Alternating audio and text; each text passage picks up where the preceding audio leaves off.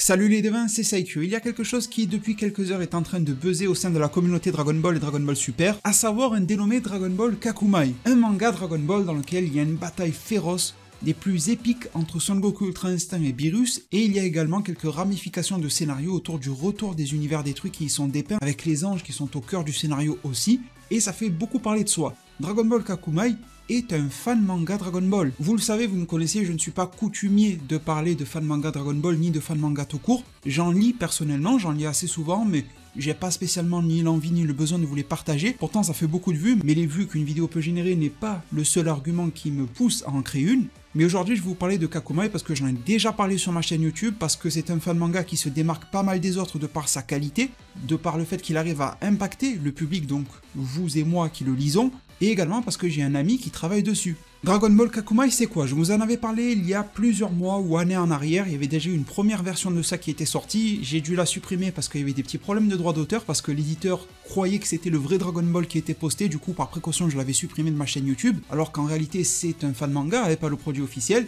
Et Dragon Ball Kakumai revient en 2021 avec son premier chapitre de 82 pages, qui est un petit peu un reboot des premières itérations du Kakumai, mais qui reprend certains éléments du fan manga original. Fan manga qui a pour vocation de reprendre les éléments apportés par Dragon Ball Super, donc l'aspect divin, les anges, l'ultra instinct et ce genre de choses, et de se dérouler directement à la suite de Dragon Ball Super, c'est-à-dire après le tournoi du pouvoir, après Dragon Ball Super Broly, et on en parlera en fin de vidéo, à savoir est-ce que ça va se situer en tant que fin post-granola, film super-héros, etc. Tout cela est une question en suspens. Les créateurs, dessinateurs, chefs de projet de ce manga-là sont à la fois Poisson Labo, Rinko si je prononce bien, et également mon ami Darkoz, que vous connaissez bien si vous le connaissez de par sa propre chaîne YouTube ou lorsqu'il me rejoint sur certains lives que j'ai pu lancer sur ma propre chaîne. A vrai dire, ce chapitre-là de 82 pages de Kakumai, je l'ai lu il y a plusieurs mois en arrière. Darkoz et les équipes de Kakumai m'avaient fait l'honneur de me le proposer en avant-première pour que je puisse le lire, et théoriquement j'aurais dû préparer la review avant, mais j'ai pas eu le temps avec mes problèmes perso, mais c'est pas grave, on est là pour en parler aujourd'hui, et donc j'avais déjà eu le temps de digérer la dinguerie qui est à l'intérieur, mais c'est vrai que là ça fait un effet un petit peu d'une bombe au sein de la communauté Dragon Ball, c'est repartagé par beaucoup de monde, et tant mieux, comme ça fait de la visibilité. Il y a même le site Manga Draft sur lequel il est disponible en lecture gratuite et sans inscription, qui a pété au niveau des serveurs parce qu'ils n'étaient pas habitués à avoir autant de monde pour le lire, et je vous mets d'ailleurs bien sûr le lien en description pour pouvoir aller le lire de vos propres yeux. Et on se retrouve alors avec un chapitre entre les mains de 82 pages, un chapitre super généreux, vous l'aurez compris, mais attention, n'ayez pas peur, c'est très digeste et facile à lire. Pour être tout à fait honnête, ça m'arrive de lire des chapitres dans le Jump, de gros mangas qui sortent de manière hebdo, qui ont que 20 pages, et j'ai beaucoup plus de mal à les lire parce que je trouve que c'est surchargé, il y a trop de texte, ou voilà, c'est illisible, etc. Et là non, franchement, il n'y a pas ce problème, même en 82 pages. Au passage, je préfère le préciser, ce n'est pas parce qu'un ami bosse dessus que je vais l'encenser et dire que tout est parfait. Vous le verrez dans la review qui va suivre. Lorsque des amis à moi taffent sur un projet, je mets leur projet en lumière, je le mets en valeur, je vous le partage, je fais en sorte qu'il puisse avoir de la visibilité, mais je n'hésite pas à dire profondément ce que j'en pense, parce que si je mentais et que je commençais à dire que c'était tout beau, tout rose, je ne pense pas que j'aiderais mon ami, au contraire, je l'enfoncerai. Donc quand il y a des choses qui, à mon sens, n'iront pas dans le chapitre de Kakumai, je les dirai, et avec la deuxième précision que bien évidemment, je n'ai pas du tout la prétention de pouvoir faire mieux que les équipes de Kakumai, ni d'être meilleur ou quoi que ce soit, mais simplement de partager ma modeste opinion qui vaut ce qu'elle vaut. Alors sans plus tarder, rentrons dans le vif du sujet. Au niveau visuel, eh bien on est clairement servi. J'ai l'impression que le dessinateur, à savoir Poisson Labo, est très inspiré forcément du style d'Akira Toriyama, mais on n'a pas l'impression d'avoir un Toriyama bis. On n'a pas l'impression d'avoir quelqu'un qui essaye de refaire profondément au millimètre du Toriyama, mais quelqu'un qui s'en inspire énormément et qui va tenter de le moderniser de par ses propres inspirations et de par ses autres lectures. Au terme de la lecture de ce chapitre-là, j'ai vraiment l'impression d'avoir un mix, une fusion, si vous voulez, entre du Toriyama, du Murata, parfois même du Junjiji, qui a pu faire du fan manga Dragon Ball, saupoudré de ce que font les artistes sur les comics d'ici, les Batman, les Superman, etc. Et je pense vraiment que c'est ce qui a fait la force de frappe de ce chapitre premier de Dragon Ball Kakumai, pour toucher autant de monde, entre guillemets, chez les influenceurs, je déteste ce mot-là, mais au moins vous m'avez compris, qui l'ont repartagé chez tout à chacun comme vous et moi qui a pu le lire et s'en faire un avis, et tout le monde a été marqué. Pourtant, si vous regardez bien, il n'y a que 7 pages qui sont vraiment du scénario profond dans ce chapitre-là, il y a encore 7 pages, je suis gentil, il y en a plutôt 4, et elles sont à la toute fin. Tout le reste, c'est vraiment de la baston, de la bataille, de la bataille, de la bataille, et pourtant tout le monde a encensé ce chapitre-là, ou pourtant ces mêmes personnes se plaignent du fait qu'il y aurait trop de combats dans Dragon Ball Super Broly, à une même époque où ces personnes demandent à ce que le film super-héros apporte plus d'histoire, à une même époque où ces mêmes personnes demandent à ce que l'arc Granola de Dragon Ball Super se focalise plus sur son histoire que sur les transformations et les plus puissants de l'univers. Bon, comme quoi c'est malgré tout une recette qui marche, de faire quelque chose qui va taper dans l'œil directement. En tout cas, c'est profondément une belle entrée en matière et ça réussit ici. La mayonnaise a pris, mais qu'en est-il du côté du scénario? Et vous savez, c'est quelque chose qui m'intéresse plus. Ça ne veut pas dire que je suis prêt à accepter des visuels dégueulasses au profit d'un bon scénario, c'est pas ça, mais quitte à choisir entre les deux, je préfère le scénar au visuel. Et en matière de scénario, je trouve qu'il y a des braises intéressantes, mais comme le mot braise l'indique, on reste sur sa fin dans ce chapitre-là. Personnellement, et ça n'engage que moi, j'aurais été preneur d'avoir plus de pages qui soient liées à l'histoire, comme celles qui sont à la fin. C'est vraiment les pages qui sont à la fin, voire les 4 dernières qui m'ont plus intéressé que toutes les autres qui ont fait frémir absolument tout le monde sur les réseaux sociaux. Je me positionne certainement à contre-courant et je suis un petit peu bizarre, mais en tout cas je vous partage mon avis sur le sujet. J'ai absolument kiffé la bataille Goku-Beerus, mais elle a peut-être un peu trop d'ampleur et d'amplitude dans le chapitre, au détriment de la dernière partie qui pour moi est la plus intéressante. Ça aurait mérité à ce qu'il y ait plus de pages, pas forcément un chapitre plus long, mais de réduire le combat Goku-Beerus, de le réduire un tout petit peu, pour avoir plus de mystère, pour avoir plus d'ambiance, pour avoir quelques perches supplémentaires qui nous seraient tendues par rapport aux tenants et aboutissants du délire qui se passe et qui se trame chez les anges. Parce que là, ce que l'on apprend scénaristiquement se déroule dans les 4 dernières pages sur 82, donc vous vous rendez compte du ratio, et on y apprend au final en quelques pages, mais c'est fait avec brio, hein. On n'a pas l'impression qu'il nous envoie ça pour nous bourrer d'un coup de scénario, ça reste quand même digeste, mais on y apprend que lors du tournoi du pouvoir, le vœu de C17, alias Lapis avec son nom terrien, aurait ramené les univers détruits. Vous savez qu'il y avait 6 univers détruits originellement par Zeno, et donc son vœu étant formulé un petit peu de manière générale, aurait ramené les univers détruits, donc les mortels, très sûrement les Akaishin et les anges qui vont avec, c'est ce que j'en déduis, mais on verra bien. Donc de grosses conséquences vont avoir lieu par rapport à ça. On a d'ailleurs le poisson oracle qui commence à faire quelques prophéties comme quoi ça n'irait pas très bien, et j'ai eu l'impression que le poisson oracle fait une prophétie à double penchant, dans le sens où les pouvoirs aussi bien divins mais surtout mortels seraient devenus trop grands à l'heure actuelle, et que de l'autre côté, des choses mauvaises se trament par rapport au retour des univers détruits et par rapport aux planifications de certains personnages un petit peu traîtres dans le milieu divin, notamment du côté angélique. En tout cas, c'est comme ça que je l'ai interprété. Et comme petite base de pitch et de scénario, on a donc ce retour des univers détruits, ce qui nous mène à 12 plus 6, 18, mais cerise sur le gâteau, il y a un 19e univers, nous dit le Daishinkan, chose qu'il avait jamais révélé à personne, car il avait peur qu'il y ait des traîtres dans les rangs des anges, donc ça c'est aussi un point de scénario intéressant, une possible traîtrise chez eux. Ce 19e univers aurait pour pseudonyme l'univers 0, et bon, le Daishinkan n'a pas le temps d'en dire plus, mais on comprend que déjà ce retour n'est pas là pour le réjouir des masses, donc ça doit cacher pas mal de choses, plus un nouveau personnage de type angélique se ramène à la fin, un personnage féminin, qui a l'auréole d'ange, qui n'est pas rabaissé comme les anges, mais qui est soulevé comme le Daishinkan, qui a le même genre d'écusson que le Daishinkan sur ses vêtements, etc., qui a une prestance supérieure à celle des anges, et qui arrive même à pousser les anges à s'agenouiller devant elle. Donc on a l'impression de se retrouver vers, en quelque sorte, la grande prêtresse / la mère des anges. Donc tout ça est intéressant, ça pose un gros pitch de base. On se demande comment les mortels peuvent interagir avec des histoires et des préoccupations angéliques vu leur niveau. Pour le moment, les Zénos ne savent absolument rien de tout cela et le Daishinkan ne souhaite absolument pas le leur dire. Les Akaishin pour le moment sont laissés un petit peu hors du scope de l'histoire, mais ils devraient pas tarder à le rejoindre, je suppose. Et au niveau de l'histoire, c'est tout ce que le chapitre se permet de nous révéler, parce que tout le reste est alloué au combat. Un énormissime combat, un combat des plus appréciables, mais qui ne révèle rien sur l'histoire. Personnellement, et vous me connaissez, je suis partisan du fait qu'un combat, même s'il est dénué de dialogue, d'histoire, ou de quoi que ce soit, ou de révélation, un combat peut raconter une histoire, et je trouve par exemple que le combat de Broly face à Goku et Vegeta ou face à Gogeta racontait beaucoup de choses malgré l'absence de dialogue. Mais là, le combat Goku-Beerus, il est beaucoup plus là pour nous montrer un Goku qui a parfait son entraînement à l'Ultra Instinct, encore qu'on se rend compte que ce n'est pas parfait malgré tout. On voit un Beerus qui va passer en mode full power, et qui va associer à la fois ce que l'on appelle aujourd'hui l'Ultra Ego, le Wagamama no Gokui, et l'Ultra Instinct. À l'époque de la création de Kakuma, il n'avait pas encore l'information sur le Wagamama, à savoir mixer puissance destructrice du Akaishin avec les logos de l'univers qui apparaissent sur son corps, plus l'Ultra Instinct pour améliorer sa vitesse et ses mouvements et son esquive.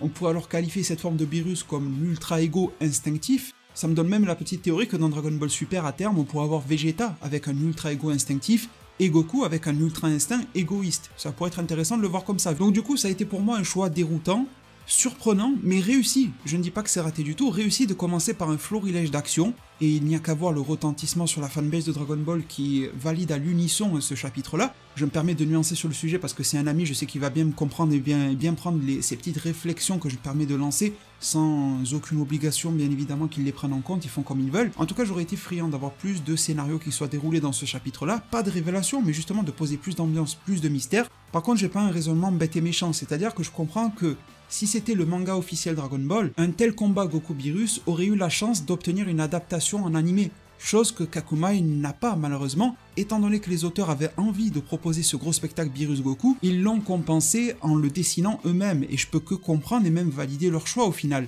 Donc même si j'aurais préféré avoir plus d'histoire et moins de ce combat-là, je trouve que c'est une grosse prouesse de leur part, d'envoyer quasiment 70 pages de combat effréné sans que le lecteur ne se sente saoulé, ni en avoir un effet de redondance avec 25 000 fois le même Kamehameha ou quoi que ce soit. Non, on se renouvelle tout au long du combat, on arrive à nous surprendre, et le plaisir en reste renouvelé à chaque page. Et je pense vraiment que ça n'a pas dû être de tout repos pour le dessinateur d'enchaîner comme ça, et je salue vraiment de tout cœur cela. En plus, j'ai cru comprendre qu'il était relativement jeune, je crois que Poisson Labo est vraiment un jeune adulte ou quelque chose comme ça, donc il y a un gros talent derrière. J'avais déjà eu l'occasion de voir quelques dessins de lui où il faisait un Vegeta DBZ et tout ça, c'était déjà magnifique, mais voilà, ça, on sent qu'il s'épanouit encore plus sur Kakumai et je pense qu'à l'avenir ça va encore s'améliorer. Donc quelle est la clé du succès de ce chapitre 1 au niveau des lectures, au niveau des critiques sur les réseaux sociaux, etc. Je pense que c'est parce que Kakumai, avec le premier chapitre, a fait le choix, et je pense que c'est un choix payant, hein, vraiment, de s'inscrire dans la veine de Dragon Ball Z. Et quand je dis Dragon Ball Z, que les termes soient clairs, je parle vraiment de l'animé. Je parle de la portion animée, non pas manga, lorsque Goku est adulte. Et plus particulièrement, je ciblerai la démesure des combats des arcs Cell et Boo par exemple, tout en venant l'accentuer et le démultiplier avec les apports de Dragon Ball Super, comme les pouvoirs supradivins qui y sont. Je pense vraiment que le chapitre 1 de Kakumai se positionne là-dessus. Et au final, même si je suis en train de vous dire ce que je trouve de bien, de pas bien, etc. à l'intérieur, je pense que leur choix pour un premier chapitre est un choix osé, mais un choix qu'ils ont réussi à parfaire en fait. Parce qu'ils se sont dit qu'ils allaient frapper fort pour toucher le plus de monde possible et avoir le plus de lecteurs possible, avec une entrée en matière absolument épatante, donc le Goku vs Beerus, un Goku vs Beerus qui en plus raconte un tout petit peu de choses vis-à-vis du fait que Beerus doit une certaine forme de revanche à Son Goku, donc il y a quand même une forme de nostalgie par rapport au tout début de Dragon Ball Super, ou alors de la fin de Dragon Ball Z, c'est à vous de voir, vu que le film Battle of Gods était estampillé Dragon Ball Z. Ils envoient 70 pages avec lesquelles ils rentrent en force, ils défoncent la porte pour rentrer chez toi, et vraiment tu es surpris par ce qui arrive, et t'as 4 pages à la fin qui viennent t'accrocher, avec une part de mystère, une part d'histoire, sur quelque chose que les fans veulent depuis toujours, à savoir le retour des univers détruits, que l'on développe plus le côté angélique, et probablement que les mortels se rapprochent du niveau des anges. Donc je pense que si on devait faire une recette pour plaire au public de Dragon Ball, qui est peut-être un petit peu en mal de Dragon Ball de l'ancien temps, qui est peut-être un petit peu en mal par rapport à ce que propose Dragon Ball Super, je pense que Kakumai est une belle alternative. Moi sur ce plan-là, il frappe fort. Toujours sur la question du scénario, avec ce retour d'univers, je me pose aussi la question du jumelage des univers. Actuellement, quand on les additionne, les univers jumeaux, univers 6 plus 7 par exemple, on obtient le nombre 13. C'est la règle, chaque addition d'univers donne 13. Alors qu'advient-il de cette addition en montant à 18 univers, voire 19, dont le 19e est appelé l'univers 0. Voilà, je ne sais pas. S'ils ont réfléchi à cela, j'espère que oui, je leur fais confiance. Et en parlant de confiance, je le suis pour la suite de l'histoire, étant donné que sur leur page Facebook, par exemple, il y a des visuels promotionnels pour Kakumai, et on peut y voir des choses très intéressantes qui viennent teaser encore plus d'histoire que le chapitre lui-même, vu que c'est un teaser pour Kakumai dans l'intégralité et non pas que pour le chapitre 1. Et on peut y voir par exemple un Goku enchaîné, comme si l'équilibre de l'univers ne tenait que sur un fil et que Goku était ce fil. On voit également Freezer Akaishin, donc tout cela soulève énormément de questions, et bien sûr on y voit les autres Akaishin des autres univers, on y voit les anges, on y voit le Daishinkan qui trône, et au-dessus de lui cette espèce de grande prêtresse qui a l'air d'être même au-dessus de lui, qui pourtant est sur le trône. Et en voyant ce genre de visuel, je me pose aussi la question de la cohérence par rapport à l'œuvre originale. C'est quand même le boulot et le propos d'un fan manga. Savoir apporter du nouveau tout en arrivant à se tenir à ce qu'a apporté l'œuvre originale, et donc d'avoir un petit peu le conflit entre cohérence vs fanservice. Et le chapitre 1 est une dose de fanservice réussie. Mais attention, car quand on voit les visuels promotionnels avec les nouveaux Akaishin, dont le fait que Freezer sera Akaishin d'un univers, on peut friser l'incohérence. Un être totalement méchant et pourri jusqu'à l'os comme lui n'est pas censé le devenir. Mais bon, après il reste pas mal de solutions, comme faire un vœu pour le devenir, mais une solution apporte souvent d'autres problématiques, donc si Freezer fait un vœu pour le devenir, quelle serait la réaction du Daishinkan ou de Zeno face à un mortel bouleversant la volonté divine. Vous l'aurez compris, dans Kakumai, des points positifs, il y en a beaucoup. Il y a aussi des points que je trouve un petit peu moins à mon goût, vous l'aurez aussi compris, mais dans les points positifs, je dénote aussi que l'œuvre tisse pas mal le fait que chaque personnage que l'on connaît, auquel on est attaché dans la Z-Team, aura son utilité. Que ça soit Krillin, Piccolo, Gohan, qui veut reprendre du service tout en préservant du temps pour ses recherches scientifiques, et je suis tout à fait d'accord avec ce postulat, parce qu'avoir un Gohan totalement combattant comme beaucoup le demandent, je pense que ça serait un petit peu pourri, et avoir un Gohan qui est totalement scientifique, c'est pas incohérent mais c'est frustrant, comme on le voit dans Dragon Ball Super, donc je pense que c'est un bon choix pour Gohan et pour d'autres personnages,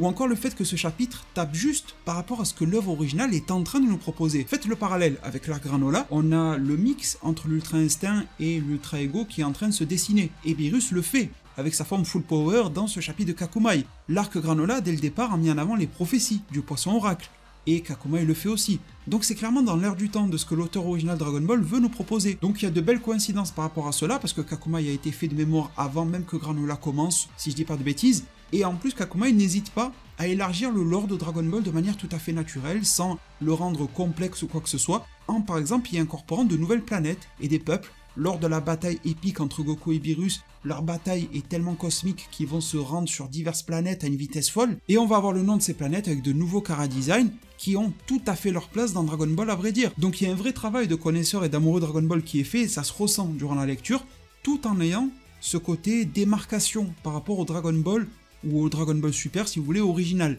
Et ce qu'il y a de bien, c'est que c'est assumé. On n'a pas là des personnes qui essayent à tout prix de recopier Dragon Ball original mais qui n'y arrivent pas. On sent qu'ils se sont mis d'accord de base pour que ça soit ressemblant à Dragon Ball mais que ça ne soit pas une copie conforme. Et au final, on l'accepte. Parmi tous ces questionnements sur la cohérence par rapport à l'œuvre originale, etc., se pose aussi la question de qu'adviendra-t-il de Kakumai, qui est un projet qui avait commencé il y a pas mal de temps, probablement avant l'arc Granola et tout ça, et comment alors le rendre cohérent avec ce qui se passe actuellement, et avec ce qui va se passer aussi dans un futur proche pour Dragon Ball, parce que là on a l'arc Granola, probablement qu'il y en aura un autre à la suite dans le manga, mais on sait déjà qu'il va y avoir un arc lié au film Dragon Ball Super Super Hero en 2022, c'est pas si loin que ça. Est-ce que Kakumai va rester une intrigue qui se déroule entre les événements du tournoi du pouvoir et de Broly et avant Granola et Super Hero, ou alors est-ce que ça va se dérouler au final après, mais comment adapter vis-à-vis des pouvoirs de chacun des personnages, de leur nouvelle transformation, de leur vécu? J'espère que vu qu'il y a eu du temps entre le début de la conception de Kakumai et sa date de sortie, que les auteurs vont pouvoir rebondir, un petit peu se rattraper sur leurs pattes comme un chat qui tomberait, afin de pouvoir s'accorder avec le propos actuel de Dragon Ball Super. On va en arriver à la conclusion de ma vidéo. Dragon Ball Super aurait-il dû être comme cela? Est-ce que Dragon Ball Kakumai est meilleur que Dragon Ball Super? Toyotaru et Toriyama font-ils pâle figure avec leur manga actuel Dragon Ball Super? Alors en réalité, et pour moi c'est subjectif, la mise en scène de Kakumai est bien meilleure que celle de Dragon Ball Super, notamment sur les combats. Les choix de réalisation et de mise en page, le découpage, est globalement meilleur que celui de Dragon Ball Super, et ça fait mal au cœur de se dire que des fans, avec tout le respect que j'ai pour eux, le font mieux que les auteurs originaux, que les officiels si vous voulez.